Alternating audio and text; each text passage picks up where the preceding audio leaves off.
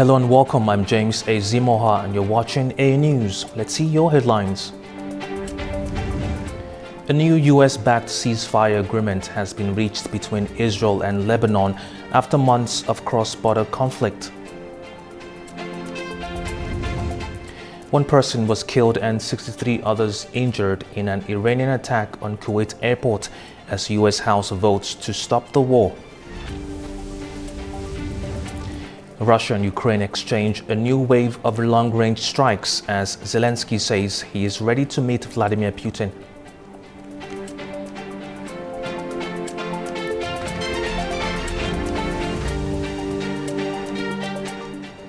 Now, the United States says Israel and Lebanon have agreed to a US-mediated ceasefire subject to conditions including to a halt to Hezbollah attacks. The deal follows deadly Israeli strikes in southern Lebanon and rocket fire into northern Israel. Despite the announcement, both sides report continued cross-border attacks. The United States has announced that Israel and Lebanon have agreed to implement a ceasefire. The U.S. State Department said the agreement is contingent on a complete halt to attacks by the Iran-backed armed group Hezbollah, along with several other conditions. The agreement comes after Israeli strikes killed at least 9 people in southern Lebanon on Wednesday. Hezbollah also fired rockets into northern Israel, putting a fragile truce agreed in April under pressure. According to the agreement, Hezbollah operatives must leave the area between the Litani River and the Israeli border that is currently under Israeli control in southern Lebanon. Israel's ambassador to the United States, Yechiel Leiter, said he was confident the ceasefire would hold, describing it as a chance to break decades of recurring violence along the border. Hezbollah is going to understand that there is now an agreement between Israel and Lebanon, backed by the United States. The pilot project will be guided by the United States. Special units in the Lebanese army will take control of various areas and gradually spread out throughout the south, so we don't go into another pattern where Israel leaves, Hezbollah comes back, and we go through the same thing for the past 40 years. We are no longer going into a pattern of negotiating ceasefires where Israel leaves, Hezbollah comes back, and we go back to the same nonsense. This is stopped. Everybody understands that it has to stop. And we are full of hope that this time it will succeed. A member of Hezbollah's political council, Mahmoud Kamati, told the BBC that the group does not recognize the Washington talks and would not be bound by their decisions. Meanwhile, the State Department said all parties agreed that the future relationship between Israel and Lebanon must be decided by the two sovereign governments, rejecting outside interference. Israel and Lebanon are due to meet again on June 22nd for further talks aimed at reaching a comprehensive agreement. Despite the announcement, tensions remain high. Israel's military said it intercepted a drone and 2 projectiles crossing the border, while Hezbollah said it had targeted a gathering of Israeli troops. Before the deal was announced, Israeli leaders warned they would resume strikes on Beirut's southern suburbs if attacks on northern Israel continued. US President Donald Trump says a deal with Iran could be reached as early as this weekend. However, Tehran insists there has been no real breakthrough, even as new hostilities in the Gulf strain a fragile ceasefire. Here's more. Is it possible to get to a deal with Iran? US President Donald Trump says talks with Iran could produce progress within days. But Tehran says there has been no breakthrough as renewed fighting in the Gulf strains a fragile ceasefire. This is, as you probably have been Speaking watching. on Wednesday, Trump said negotiations were going very well and suggested a deal could come as soon as the weekend. The negotiation itself has gone very well, actually. Very well. Mr. President, It could happen. I mean, if it happens, and it might not happen, who knows? But if it happens, it could happen like over the weekend. Trump said Washington expected to secure Iran's enriched uranium stockpile under any deal and wanted to avoid putting US personnel at risk. Previously, on Tuesday, he also said that indirect talks were still going on continuously, denying Iranian state media reports that Tehran had suspended negotiations over Israel's war with Hezbollah in Lebanon, while adding that Iran's supreme leader remained involved in the talks and was still giving final approval. Asked whether he would meet him, Trump said they would probably meet at some point. Iran's Foreign Minister Abbas Araghchi gave a more cautious view on Wednesday, saying there had been no tangible progress, though communication channels remained open. The uncertainty comes as Gulf hostilities flare again. Kuwait said on Wednesday that an Iranian missile and drone attack hit Kuwait International Airport, killing one person and injuring more than 60 others. Flights were suspended after the attack damaged airport facilities and diplomatic missions. Kuwaiti authorities released footage they said showed an Iranian drone crashing into the airport. Iran's Revolutionary Guards denied targeting the airport and blamed the damage on failed U.S. interceptor missiles. The U.S. military rejected that account and said Iranian drones deliberately targeted the airport. The U.S. military also carried out strikes near the Strait of Hormuz on Wednesday, where tensions have disrupted shipping and pushed oil prices higher. In a post on X, Araghchi said Iran's armed forces were carrying out self-defense strikes and warned that any hostile act would draw an immediate, decisive response. Now, Iran is promising retaliation after U.S. strikes targeted its tanker and a Gulf telecom site. Meanwhile, Tehran claims it has already targeted a U.S. destroyer in the Sea of Oman as ceasefire talks stall. Our correspondent Turashir Lilu has more. Iran's foreign ministry has strongly condemned the U.S. attacks on an Iranian tanker and a telecommunication tower on the Qishm Island in the Persian Gulf, defending Tehran's retaliatory response in self-defense. In a statement on Wednesday, the ministry said Iran will use all its might to counter aggressive acts, including by targeting the origin and source of attacks, in a bid to exercise its inherent right to defend Iran's territorial integrity and national sovereignty. In the latest exchange of attacks between Iranian and U.S. militaries, Iran's Navy said it targeted a U.S. warship carrying out command and control of the strikes on the Iranian assets late on Wednesday in the Sea of Oman. According to the local media, the Navy said that following the violation of Iran's regulations for transit across the Strait of Hormuz and the U.S. attacks on the Iranian commercial vessels, it targeted a command and control site aboard a warship in the Sea of Oman. Meantime, the Revolutionary Guards IRGC spokesman, 2nd Brigadier General Hossein Mohebbi, said in a statement that its airspace force did not strike at the Kuwait airport, saying the destruction was caused by a failed U.S. Patriot missile. In a statement carried by the Sepah News website, the general said the destruction at the airport was caused by an error in the U.S. Patriot missiles, which landed on the terminal after failing to intercept Iranian projectiles. Meantime, at the diplomatic front, Foreign Minister Abbas Araghchi, in an interview with Al Mayadeen satellite TV, confirmed that the mediated exchanges between Tehran and Washington are continuing, but without a tangible progress in the ceasefire talks. Turashir Lilu, reporting from Tehran for A News. The United Nations says Secretary General Antonio Guterres is alarmed by reported overnight Iranian strikes on Kuwait and Bahrain, as well as overnight exchanges of fire between the U.S. and Iran.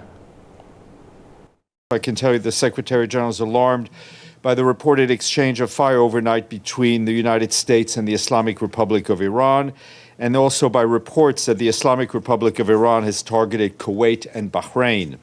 He is deeply troubled by the reports of civilian casualties. The Secretary General calls on all parties to exercise maximum restraint and to avoid any further escalation that risks to undermine ongoing diplomatic efforts. The sovereignty and the territorial integrity of all countries must be fully respected. The Secretary General reaffirms his full support for all ongoing mediation efforts, including those led by Pakistan, and urges all parties to engage constructively and in good faith with diplomatic initiatives. The U.S. House has approved a resolution to stop President Donald Trump from taking further military action against Iran without congressional approval. The House passed the measure on Wednesday in a close 215 to 208 vote, with 4 Republicans joining the Democratic majority.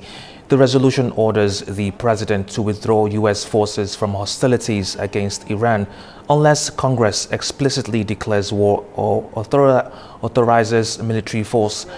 The measure now goes to the Senate. House Concurrent Resolution 86. Concurrent resolution directing the president pursuant to Section 5C of the War Powers Resolution to remove United States armed forces from hostilities with Iran. Now, military pressure is mounting on both sides of the Russia-Ukraine conflict, but amid a new wave of long-range strikes, Ukrainian President Volodymyr Zelensky says he is ready to meet Russian leader Vladimir Putin immediately in a bid to end the war. Fresh attacks have been reported by both Russia and Ukraine, with each side claiming strikes on strategic military and energy-related targets.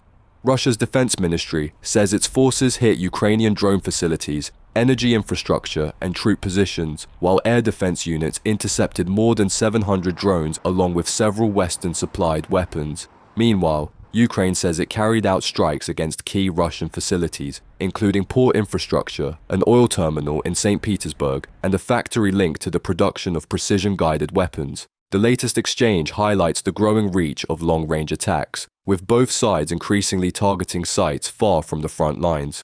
Amid the escalation, Ukrainian President Volodymyr Zelensky has renewed his call for direct talks with Russian President Vladimir Putin. Zelensky said he is ready for an immediate meeting, arguing that leader-to-leader dialogue could help accelerate efforts to end the war. He also stressed that Ukraine would not wait for progress on other international issues before pursuing negotiations aimed at bringing the conflict to a close. The developments come at a time when military pressure and diplomatic efforts continue to unfold in parallel, with no sign yet of a breakthrough in the more than 3-year-long war.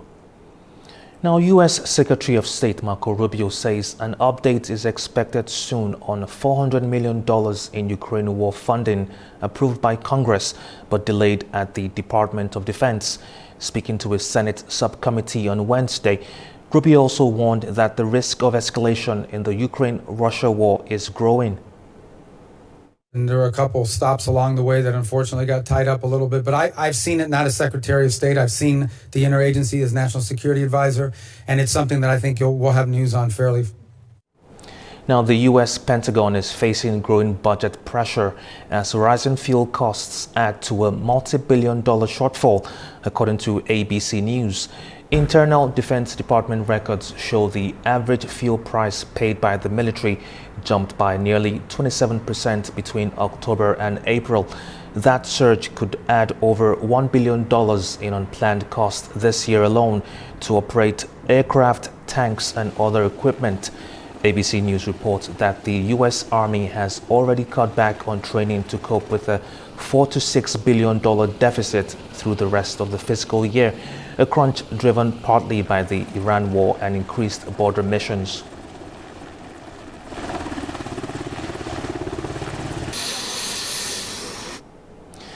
A one-day general strike disrupted services across Portugal on Wednesday.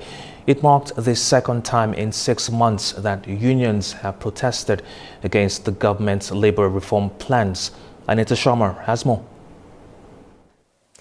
Welcome to This Day in Europe. And disruption in Portugal due to a nationwide general strike over controversial labor reforms that unions say would roll back decades of worker protections. Trains were halted, hundreds of flights canceled, schools closed, and hospitals postponed non-urgent procedures. This as workers across transport, education, and healthcare joined the walkout. Portugal's state railway suspended long-distance services, Lisbon's metro shut down, and flagship carrier TAP operated just a fraction of its normal scheduled flights. The strike was called by Portugal's largest labor confederation, CGTP, to protest a government-backed overhaul of more than 100 articles of the country's labor code. The center-right minority government argues the reforms are necessary to boost productivity and economic growth after negotiations with unions collapsed.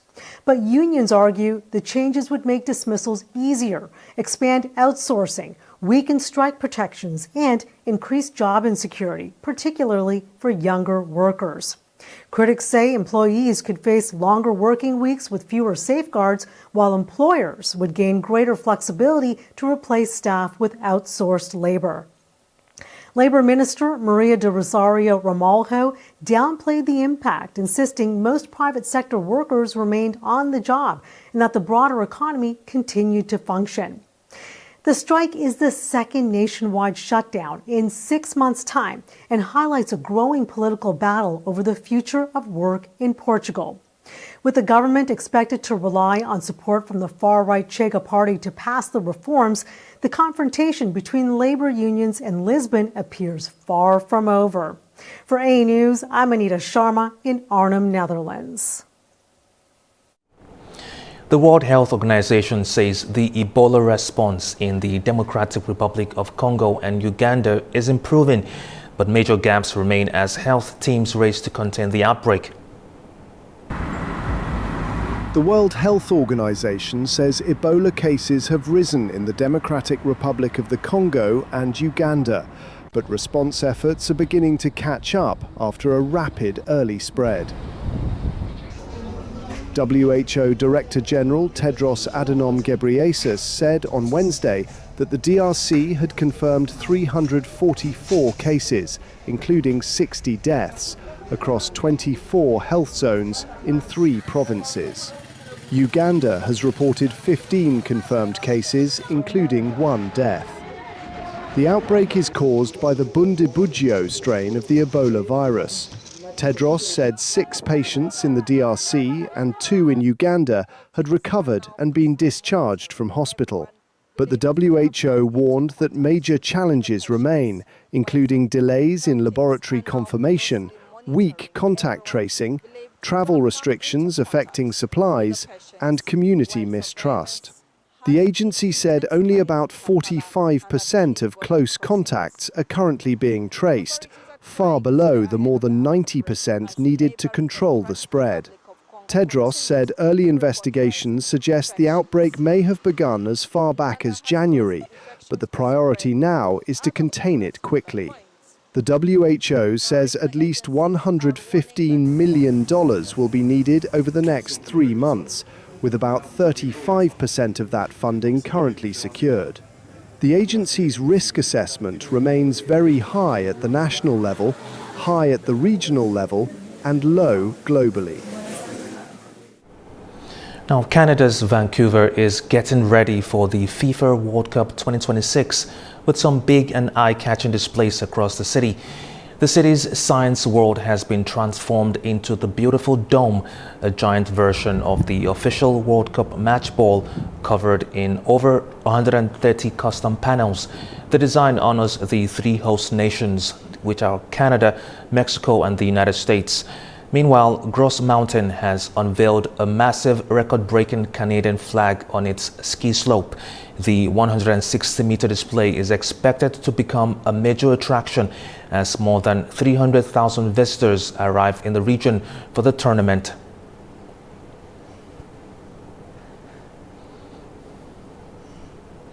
All right, after the break, we'll examine a major shift in Ukraine's messaging after President Volodymyr Zelensky openly argued that deeper and larger scale strikes inside Russia could strengthen Kyiv's position at the negotiating table. Stay with us.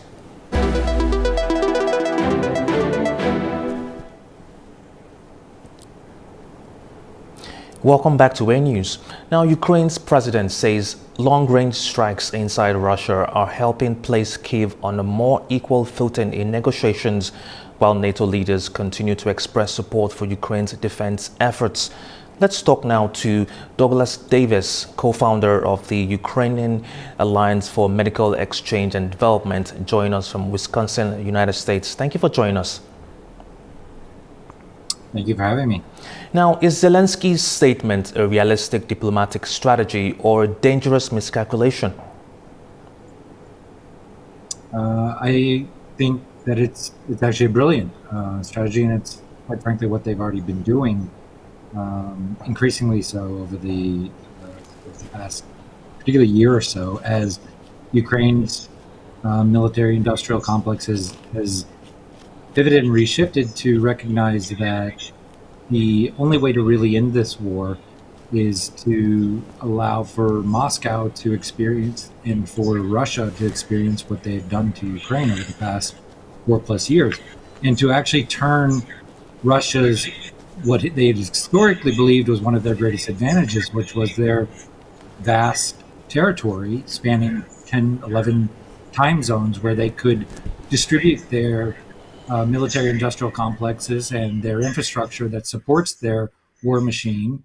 Now Ukraine has turned that into a huge disadvantage for them because Russia doesn't have the capability to provide the air defenses against all of its disparate components of its military industrial complex and infrastructure. And that was shown this summer as Ukrainians were taking the fight to their oil refining capabilities and knocking out probably up to 50% of their refining capabilities. Now, with Russia striking Kyiv and Dnipro, can Ukraine handle the massive retaliation triggered by this new equal footing strategy?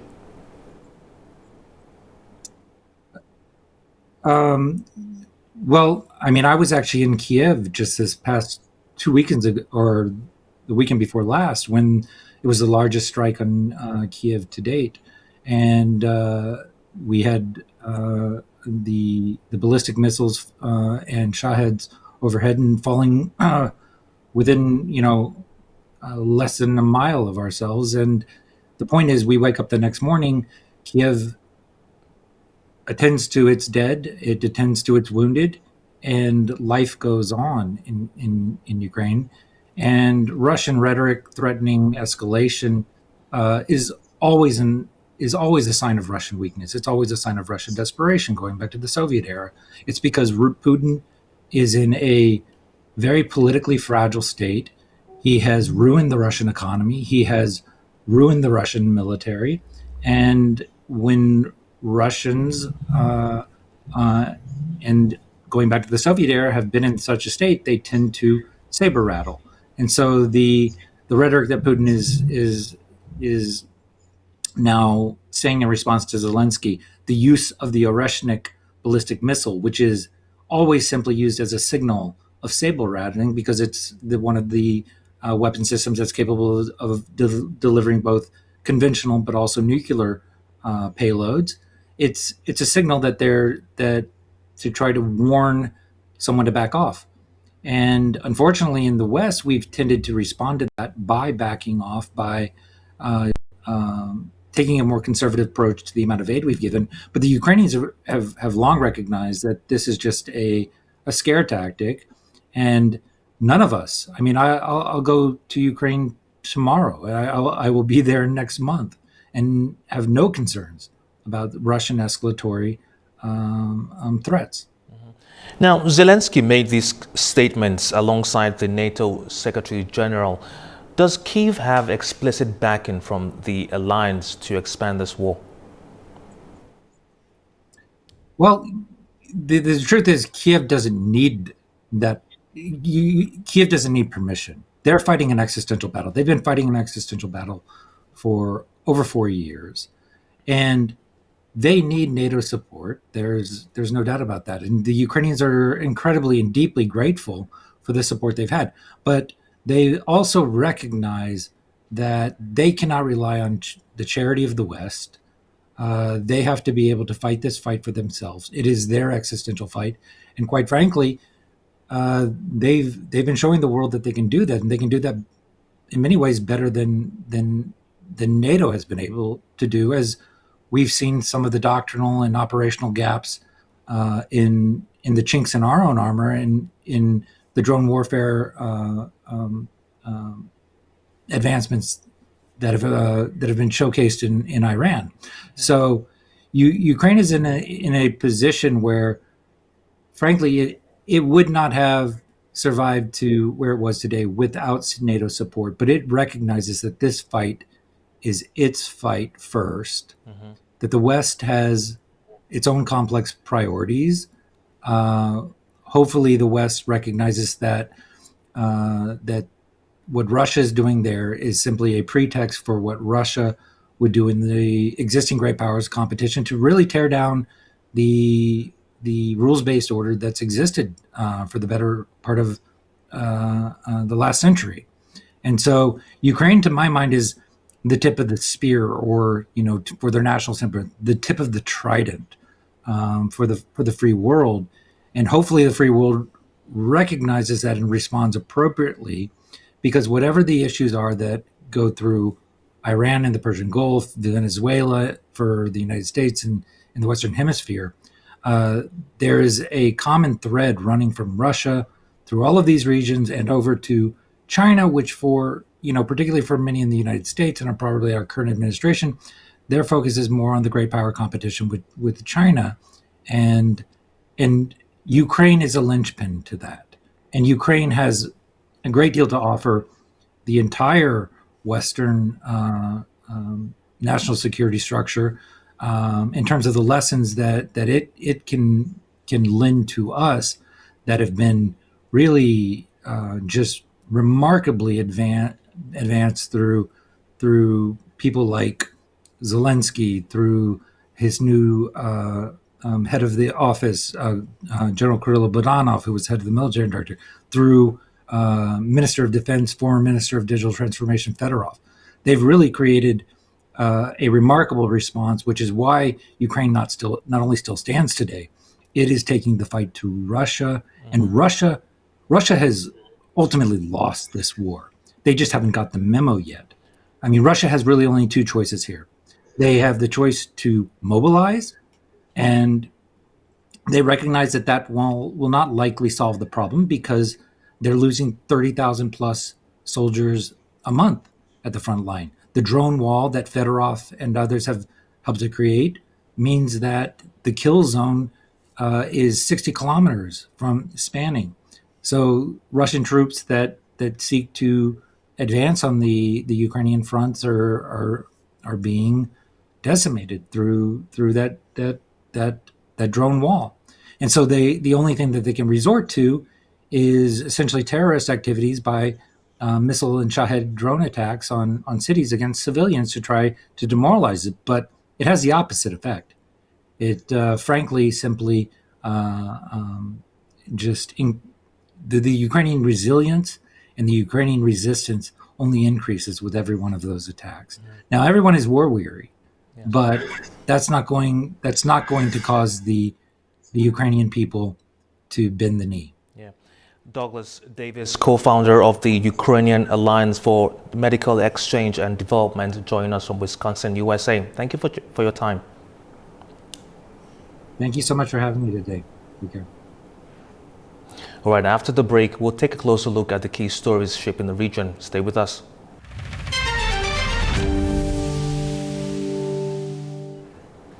Welcome back to WAY News.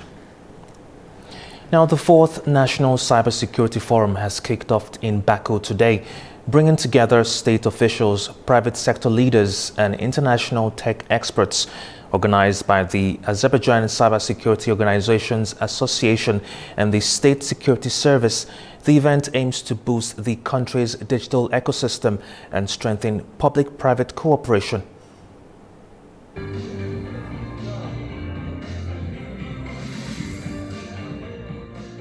The fourth National Cybersecurity Forum is officially underway here in Baku, co-hosted by local Cybersecurity Association and the State Security Service. Right now, the venue is packed with a heavy lineup, everyone from government officials and lawmakers to global tech leaders. The big talking point on the floor today is building a united defense grid. Together, again, the e-governance academy, together with our companies, they have arranged, for example, cyber arranged exercises here in Azerbaijan, cooperated in that field. And also this kind of different kind of conferences in the cyber skills. Last year was arranged together Estonian and Azerbaijan, and the other country, Ukraine, Moldova, was arranged, for example, cybersecurity conference, especially for the women. Panel discussions are tackling real-world strategies, scaling up cyber defense, shielding critical infrastructure, and managing AI-driven risks. Hundreds of thousands of attacks occur daily, and this is actually just the visible side of the process. In the unseen part of the iceberg, the number of attacks is many times higher. This is precisely why special attention is paid to international cooperation at the forum. Through international cooperation, it is possible to act more effectively in preventing cyber attacks originating from foreign countries. We must also increase the number of local products and services to reduce dependence on foreign IT solutions. This is one of the crucial steps towards strengthening the country's technological independence in the future. But it's not just about speeches today. The local associations have just signed a multilateral cooperation deal with cybersecurity bodies from Ukraine, Georgia, and Moldova. As you know, Huawei Azerbaijan has been built up and rooted in this country for more than 2 decades, and we know, and also we have the experience and capability from international basis. So I think our contribution can be from the international experience, a standard, security capability and product, and as well as we integrate our international expertise into the local talents and help Azerbaijan to build up the cybersecurity talents. Forum is also keeping its focus on the next generation, launching new cyber ward project to boost local talent and setting up open Q&A sessions between students and industry leaders. Now, Turkey is pushing ahead with a series of ambitious transport initiatives aimed at strengthening its role as a regional trade and energy hub. According to Transport Minister Abdulkadir Uraloglu, part of the plan is to modernize the historic Hejaz Railway. Adamoro has more. Turkey is laying out an increasingly expansive vision for regional connectivity, with Transport Minister Abdulkadir Uraloglu unveiling plans that stretch from the Gulf to the Caucasus. Speaking to state media on Wednesday, Uraloglu said Ankara intends to modernize the historic Hejaz Railway and extend it southward to Oman, creating what he described as an alternative transportation route to the Strait of Hormuz. The original Hejaz Railway, built during the Ottoman era in the early 20th century, connected Damascus with Medina and was designed to facilitate travel and trade across the region. Uraloglu said the scheme was part of a broader effort to strengthen overland connectivity at a time when maritime routes, particularly around the Gulf, face growing geopolitical uncertainty. He also announced that the design phase of the development road project had been completed. That initiative aims to create a roughly 1,200-kilometer transport corridor linking Iraq's southern city of Basra with the Turkish border through a network of railways, highways, and logistics hubs. Ankara views the project as a strategic alternative to traditional maritime trade routes and as a means of increasing trade flows between Asia, the Gulf, and Europe. The transport minister also highlighted progress on the Zangezur corridor, which would link mainland Azerbaijan with its Nakhchivan exclave via Armenia before continuing into eastern Turkey. According to Uraloglu, construction has already begun on the 224-kilometer Kars-Idir-Arlik-Diliju railway line, which forms part of Turkey's section of the route. Together, the projects reflect Ankara's broader ambition to position Turkey as a central transport and logistics gateway linking Europe, the Caucasus, Central Asia, and the Gulf. They also reflect mounting concern about the security of regional transit routes, which President Recep Tayyip Erdogan has described as an issue of national security amid ongoing geopolitical tensions across the wider region. This is Adam Maro for A News in Istanbul, Turkey. Now, as Armenia prepares for parliamentary elections on June 7th, analysts are increasingly pointing to the role of regional politics in shaping the campaign. Several international publications say Azerbaijan has become a key reference point in debates over security, peace, and the country's future direction. With Armenia's parliamentary elections just days away, attention is focusing not only on domestic issues but also on the country's relationship with neighbouring Azerbaijan. Several international analysts and media outlets have highlighted the issue in recent weeks. Writing in Forbes, Russian political analyst Sergei Markadonov argued that regional dynamics have shifted in Azerbaijan's favour following recent developments in the South Caucasus. Italy's Ore 12 publication said Armenia currently lacks a clear military guarantor, pointing to the limited role of international security mechanisms in the region. Meanwhile, Romania's Cotidianul newspaper linked the election campaign directly to the unfinished peace process between Armenia and Azerbaijan. The publication noted that a final peace agreement has yet to be signed and said constitutional reform remains a point of discussion between the two sides. The debate has also featured prominently inside Armenia. Opposition figures have accused Prime Minister Nikol Pashinyan's government of making excessive concessions to Baku, while supporters of normalization argue that a lasting peace agreement could bring greater stability and economic opportunities. As campaigning enters its final stage, the future of Armenia's relationship with Azerbaijan is emerging as one of the key issues influencing political debate ahead of the June 7th vote. Now, Afghan and Uzbek officials have wrapped up high-level talks focused on easing customs procedures, improving logistics, and cutting red tape for regional traders. Our correspondent Tamim Bahis has more from Kabul. Afghanistan and Uzbekistan are looking to strengthen trade, transport and economic cooperation. Sayyid Karim Hashimi, the chairman of the Afghanistan Chamber of Commerce and Investment, met with the chairman of Uzbekistan's Chamber of Commerce and Industry. During the meeting, both sides discussed boosting trade, improving transit and customs facilitation.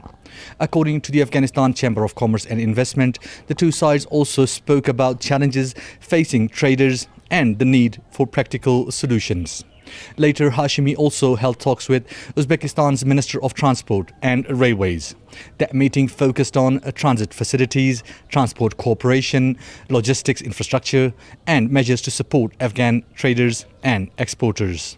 The Afghan delegation has traveled to Uzbekistan to attend the second Termiz International Conference and is expected to hold several business meetings on the sidelines of the event. Officials from the chamber say continued cooperation with Uzbekistan is important for boosting bilateral trade, improving regional connectivity and strengthening economic relations between the two countries. Tamim Bahis in Kabul, A News. Now, for the first time in its history, Kyrgyzstan has been elected to the United Nations Security Council, securing a non-permanent seat for the 2027-2028 term.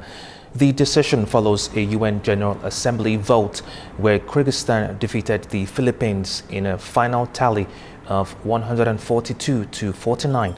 Beginning January 1st, 2027, Kyrgyzstan will join Australia, Portugal, Zimbabwe and Trinidad and Tobago on the Council.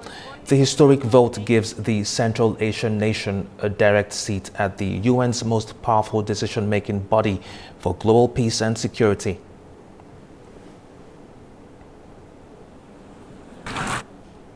Now, Samarkand has officially become the center of global environmental dialogue as the 8th Assembly of the Global Environment Facility has officially opened, bringing together representatives from over 180 countries to discuss solutions to the world's most pressing environmental challenges.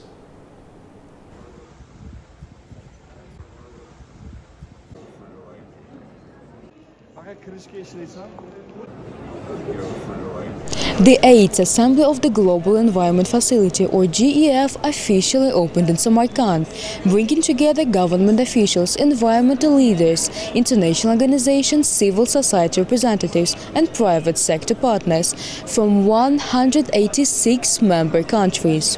Held once every 4 years, the Assembly is the highest decision-making body of the GEF and serves as a platform to review global environmental priorities and strengthen international cooperation on climate change, biodiversity loss, pollution and land degradation. Regrettably, desertification, land degradation, glacial retreat and water scarcity, all driven by climate change, remain the foremost threats to Central Asia. According to World Bank analysis, approximately 37 million people in our region currently live in areas of severe water scarcity, and by 2050 this figure could reach 75 million. I am firmly convinced that this assembly, beginning its work today, will become a pivotal platform in shaping a new regional architecture of environmental cooperation. One of the key events held alongside the Assembly was a high-level roundtable on integrated land and water management in Central Asia. The discussions marked the official launch of the Central Asia Water and Land Nexus program, known as COLAN. The initiative will support cooperation among Kazakhstan, Kyrgyzstan, Tajikistan, Turkmenistan and Uzbekistan to improve water security, restore degraded ecosystems and strengthen sustainable land management across the Amu Darya and Sri Darya river basins, including parts of the Aral Sea region.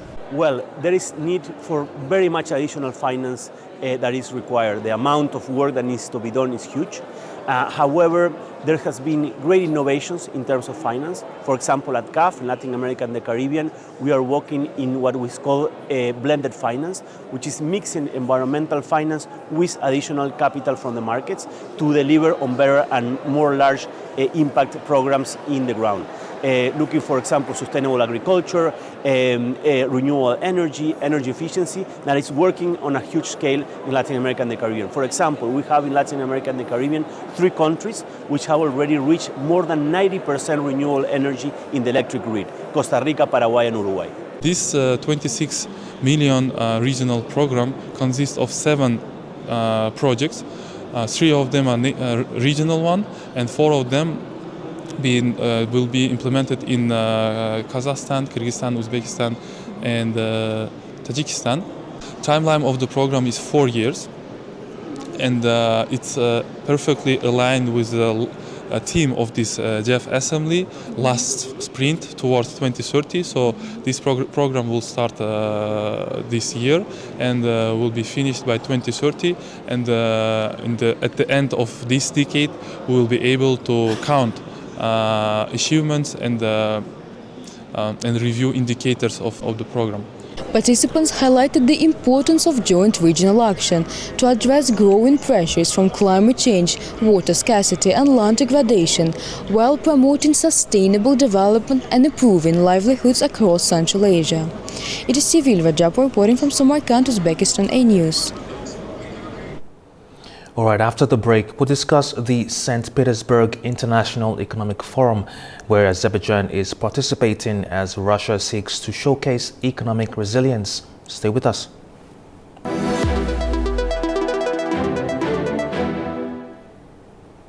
Welcome back to A News.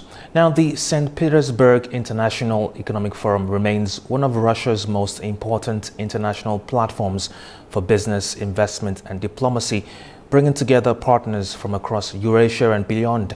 Joining us now is John Kavulich, Senior Editor at Issue Insight, joining us from St. Petersburg. Thank you for joining us, sir.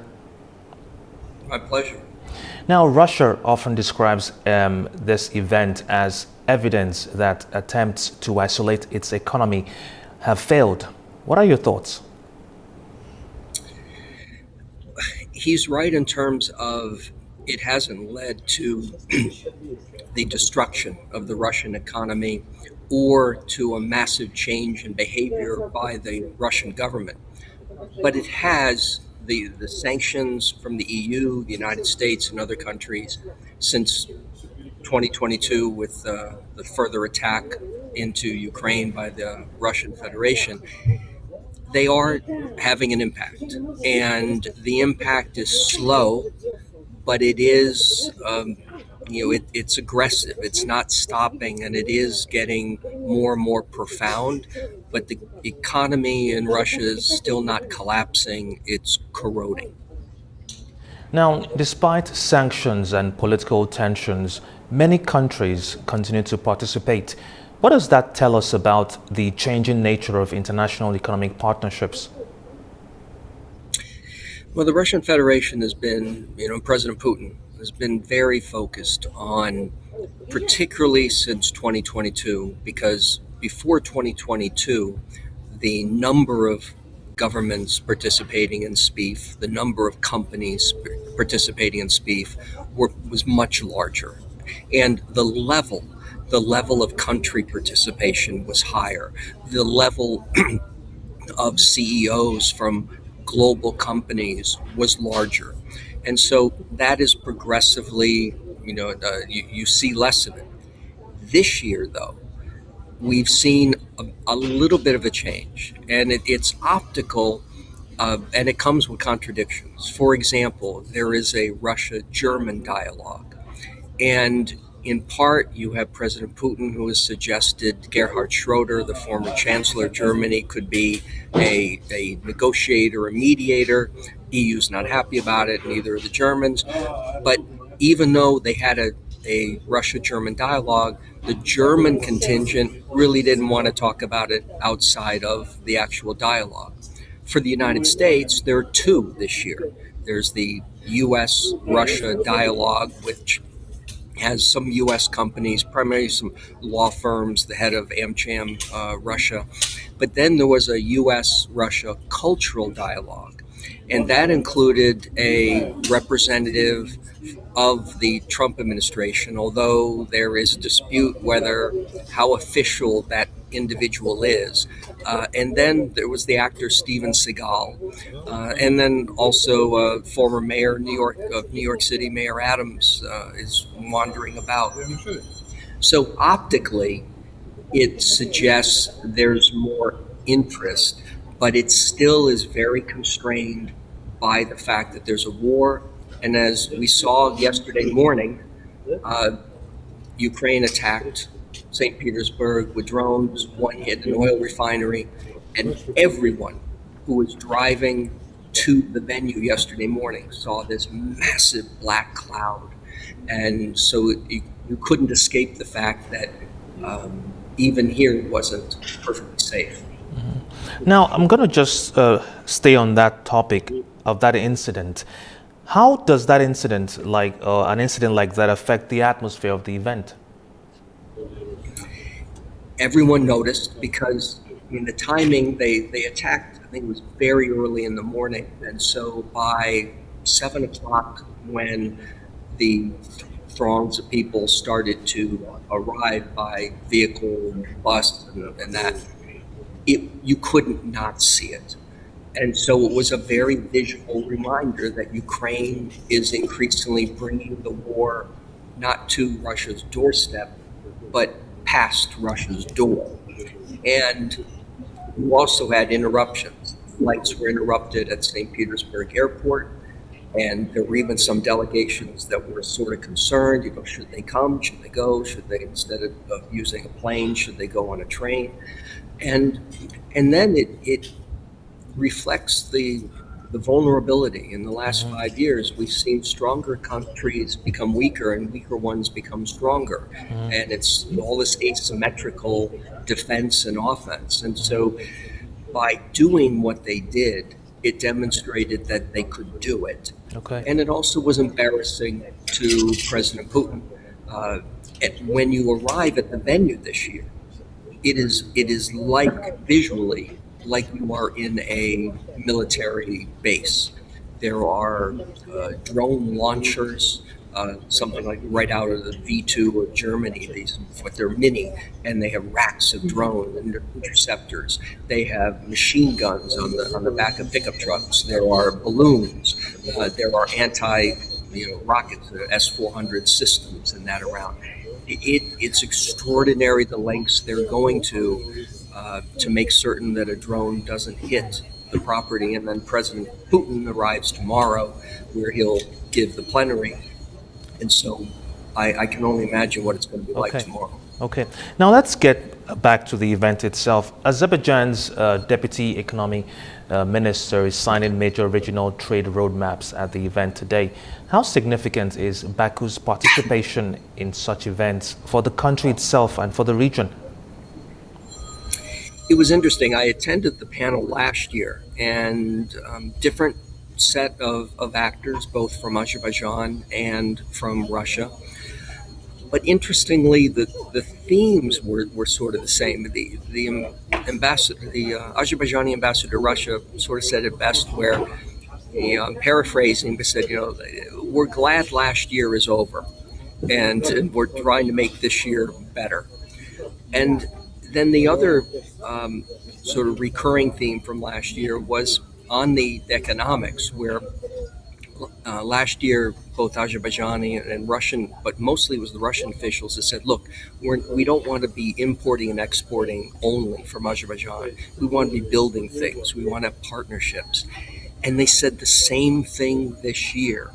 And so it suggests that there's a lot of still unfulfilled room to go.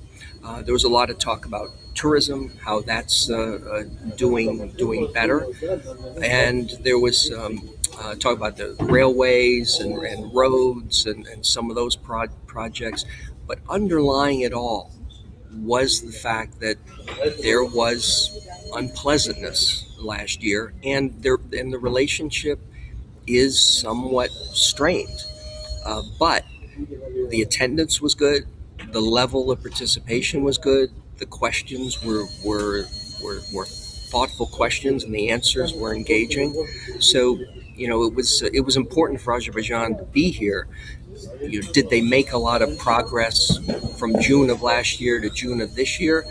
Trade, they said, was I think only about 2% up. So the numbers weren't really impressive, but they're still trying. And optically, you had the head of the Russian Ministry of Foreign Affairs who focuses on Azerbaijan sitting next to the Azerbaijani ambassador to Russia, and they were talking back and forth quietly to each other throughout the hour and 15 minutes. So that's always a good sign.